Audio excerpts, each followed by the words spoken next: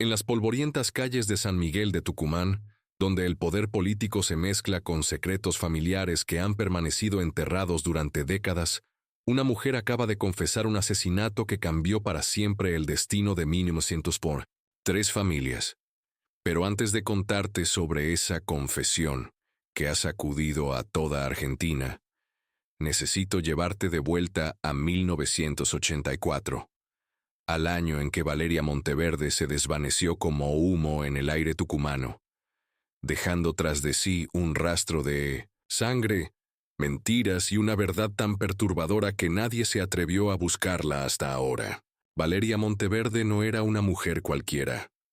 A los 32 años, era la hija de Rodolfo Monteverde, uno de los políticos más influyentes del noroeste argentino, y esposa del juez Patricio Salinas, un hombre cuya reputación de integridad era tan sólida como las paredes del Palacio de Justicia donde trabajaba. Vivían en una mansión colonial en el barrio más exclusivo de la ciudad, rodeados de jardines que parecían sacados de una postal europea y de una vida que desde afuera parecía perfecta. Pero Valeria guardaba un secreto que la consumía desde hacía meses.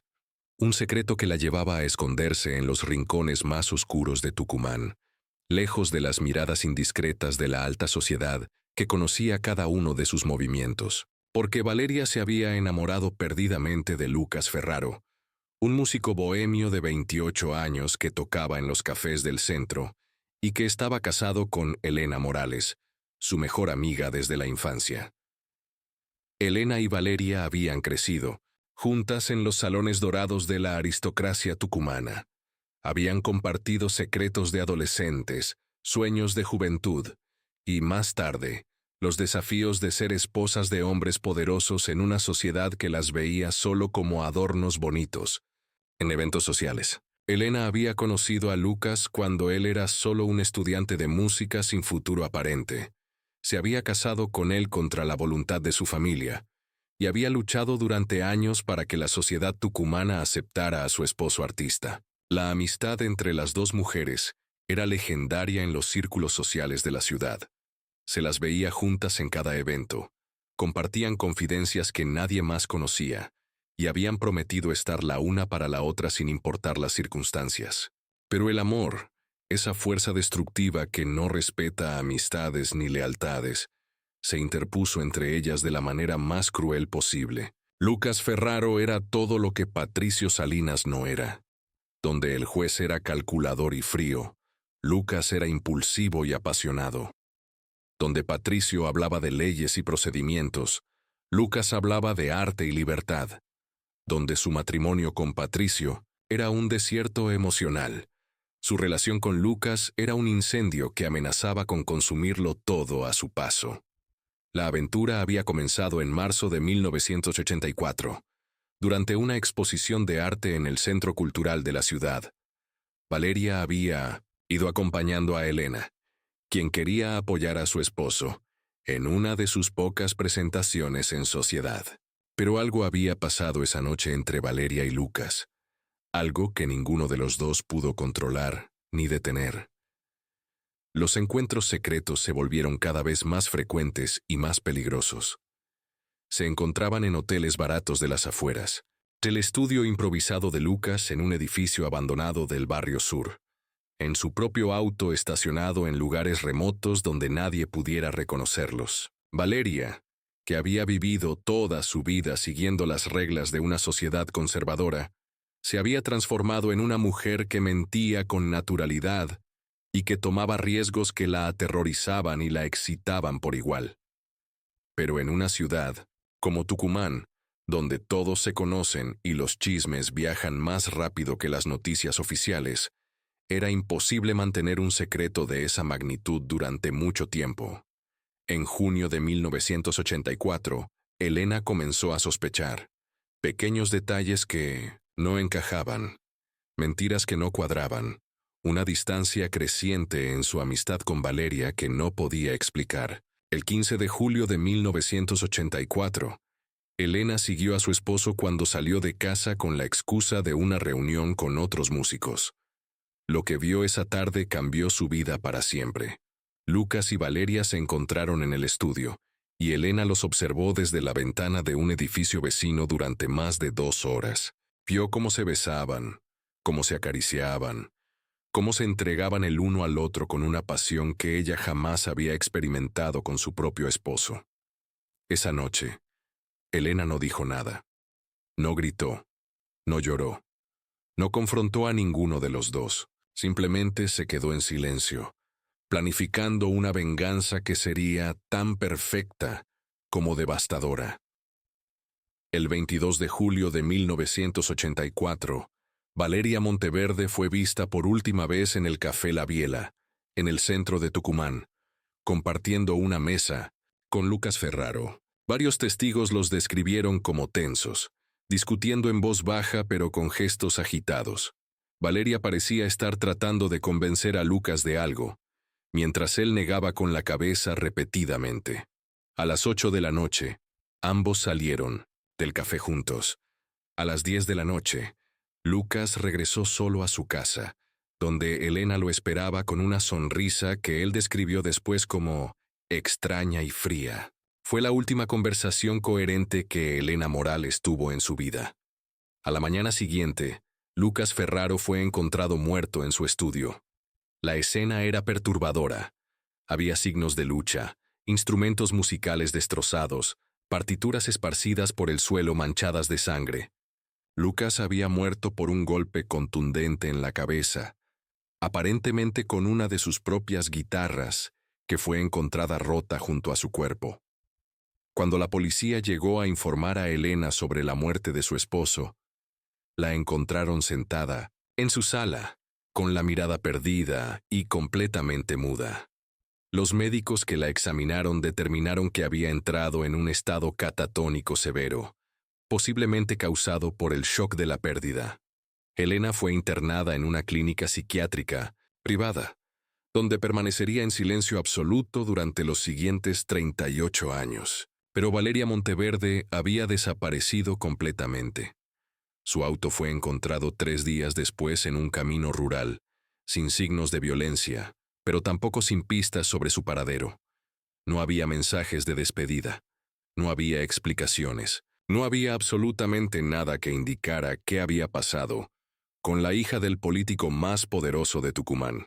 La investigación oficial fue un desastre desde el primer día.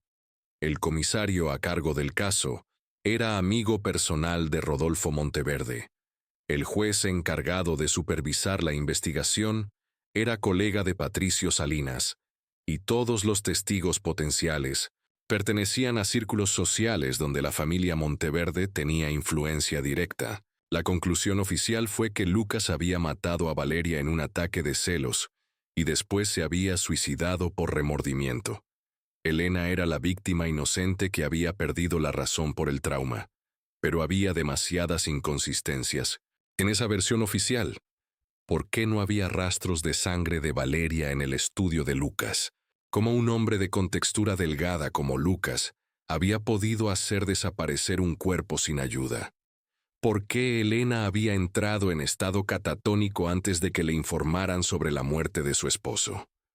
Los investigadores independientes que intentaron hacer preguntas incómodas fueron transferidos, amenazados o simplemente ignorados. Los años pasaron y el caso se convirtió en una leyenda urbana de Tucumán.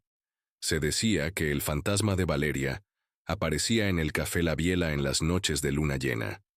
Se rumoreaba que Lucas había sido asesinado por orden del padre de Valeria para proteger el honor familiar. Se especulaba que Valeria había huido del país con otro amante y que Lucas había sido eliminado porque sabía demasiado.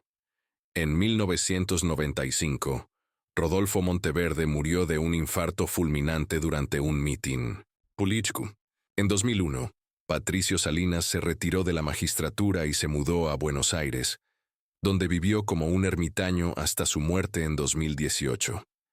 Elena continuó internada en la clínica psiquiátrica, un fantasma viviente que nunca volvió a pronunciar una palabra. Pero el 12 de octubre de 2022, durante la demolición del viejo Hotel San Martín en el centro de Tucumán, Los obreros encontraron algo que cambiaría todo lo que se creía saber sobre el caso Valeria Monteverde. Escondida detrás de una pared falsa, en el sótano del hotel, había una caja metálica que parecía haber estado allí durante décadas. El contenido de la caja era escalofriante. Fotografías quemadas que mostraban a Valeria y Lucas en momentos íntimos, pero también otras fotos donde aparecía una tercera persona, cuyo rostro había sido cuidadosamente destruido. Joyas manchadas de sangre que fueron identificadas como pertenecientes a Valeria. Y lo más perturbador de todo, una carta manuscrita con la letra de Valeria que decía, textualmente, «Si algo me pasa, busquen en el pozo detrás del invernadero, de la casa de Elena. Ella no es culpable de nada. El verdadero monstruo está más cerca de lo que imaginan». La policía se dirigió inmediatamente a la antigua casa de Elena y Lucas, que había permanecido abandonada desde 1984. Efectivamente, detrás de los restos de lo que había sido un invernadero, encontraron un pozo que había sido cuidadosamente disimulado con piedras y vegetación, pero cuando lo excavaron, el pozo estaba completamente vacío. La investigación se reabrió oficialmente, pero esta vez con un enfoque completamente diferente. Los nuevos investigadores comenzaron a cuestionar no solo la versión oficial de los hechos, sino también las circunstancias que habían rodeado la investigación original. ¿Por qué Valeria había mencionado específicamente que Elena no era culpable? ¿Quién era el verdadero monstruo al que se refería? ¿Y por qué había escondido esa evidencia en un hotel del centro en lugar de en su propia casa?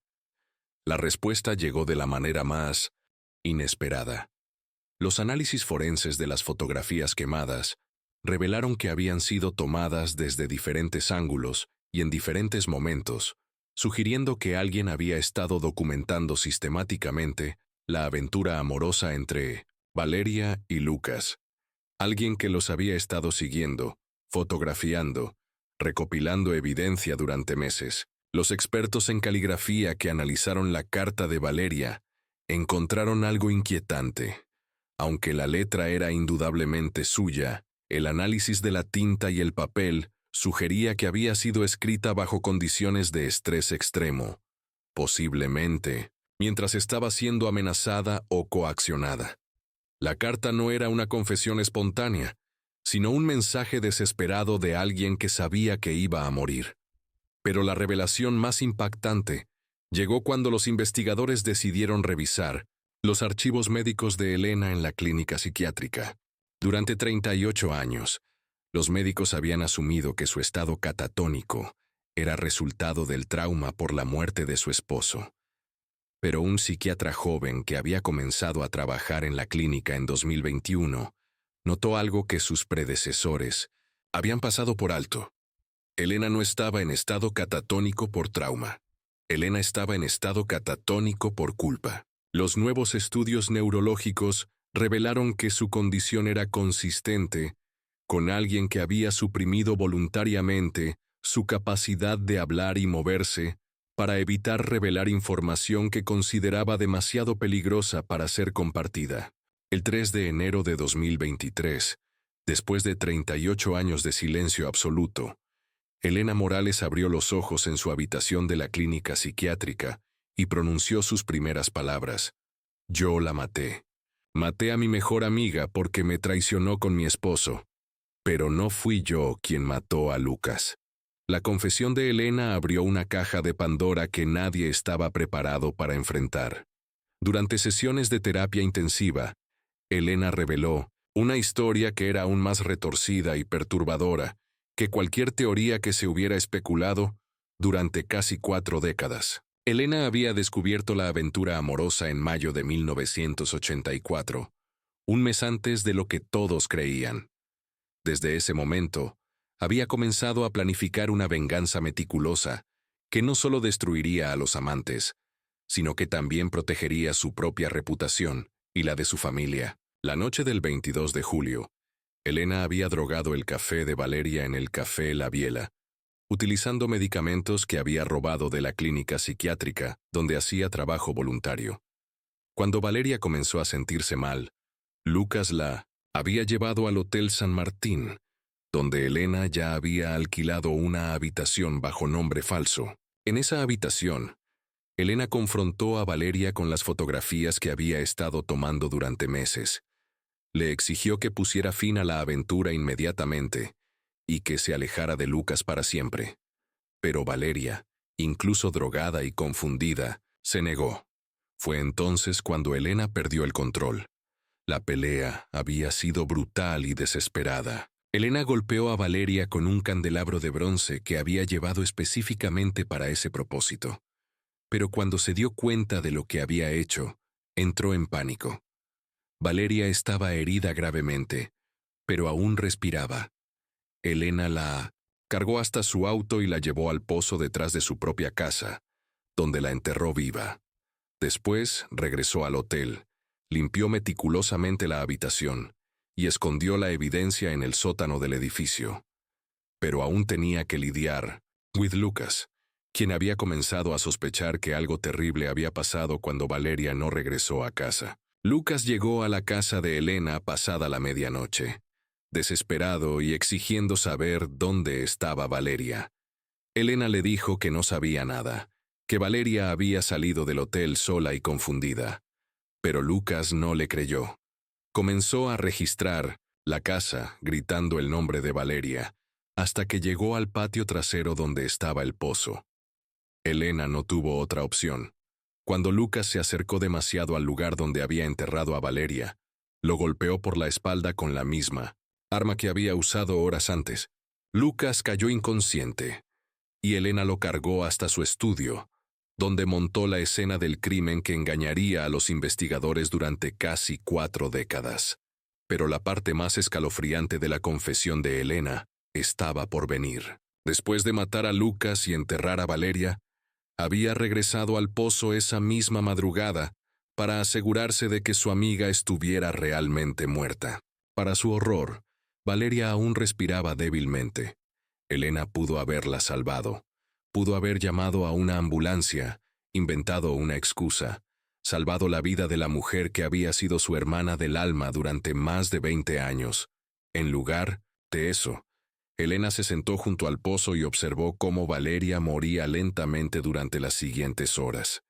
Fue en esos momentos finales cuando Valeria, en un último acto de lucidez antes de morir, le susurró las palabras que Elena había estado repitiendo en su mente durante 38 años. La investigación actual está tratando de confirmar los detalles de la confesión de Elena. Se han comenzado nuevas excavaciones en el terreno donde estaba la casa. Se están revisando todos los archivos del caso original y se está investigando la posible participación de otros individuos que pudieron haber ayudado a encubrir los crímenes. Pero hay aspectos de la historia que aún no encajan completamente. ¿Cómo logró Elena, una mujer de contextura pequeña, mover y enterrar 2 cuerpos en una sola noche? ¿Por qué Valeria había escrito que Elena no era culpable si efectivamente fue ella quien la mató? ¿Y por qué el pozo estaba vacío cuando los investigadores lo excavaron en 2022? La respuesta a esta última pregunta llegó de manera inesperada, cuando los nuevos propietarios del terreno decidieron hacer renovaciones más profundas. En marzo de 2023, encontraron los restos de Valeria Monteverde, enterrados no en el pozo original, sino en una fosa clandestina a 20 metros de distancia. Los restos estaban acompañados de los objetos personales que Valeria llevaba la noche de su muerte, incluyendo un anillo de compromiso que nunca se había reportado como desaparecido. El análisis forense de los restos confirmó que Valeria había muerto por trauma contundente en la cabeza, consistente con la confesión de Elena, pero también reveló algo más perturbador. Valeria había estado embarazada al momento de su muerte. Un embarazo de aproximadamente 2 meses que nunca había sido detectado ni reportado. Esta revelación añadió una nueva dimensión al crimen. ¿Era Lucas el padre del bebé que Valeria llevaba en su vientre? ¿Lo sabía Elena cuando cometió el asesinato? ¿Era ese conocimiento lo que había impulsado finalmente a Elena a actuar con tanta violencia? Las preguntas se multiplican, mientras la investigación continúa. Elena, ahora de 78 años, permanece internada en la clínica psiquiátrica bajo custodia policial. Su estado mental es frágil, y los médicos no están seguros de cuánto más podrá revelar sobre los eventos de 1984. Pero su confesión ha reabierto no solo el caso de Valeria Monteverde, sino también cuestionamientos sobre otros casos sin resolver de la época. Porque resulta que Elena no fue la única esposa traicionada en los círculos sociales de Tucumán durante los años 80. Y resulta que no fue la única mujer que decidió que la venganza era más dulce que el perdón. La investigación ha comenzado a revisar las muertes sospechosas de otras mujeres jóvenes en la región durante esa década, buscando patrones que podrían conectar a Elena con otros crímenes. El caso de Valeria Monteverde se ha convertido en mucho más que una historia de amor, traición y venganza. Se ha convertido en un espejo que refleja los secretos más oscuros de una sociedad que prefería mirar hacia otro lado, antes que confrontar la verdad sobre lo que sus miembros más respetables eran capaces de hacer. Y mientras Elena permanece en silencio nuevamente, esta vez no por trauma sino por estrategia legal, las calles de San Miguel de Tucumán siguen guardando secretos que podrían cambiar todo lo que creemos saber sobre justicia, venganza y el precio que las mujeres han tenido que pagar a lo largo de la historia por atreverse a desafiar las reglas de una sociedad que las veía solo como propiedades de sus esposos. Si esta historia te ha impactado tanto como a mí, dale me gusta para que más personas conozcan la verdad sobre el silencio de Valeria.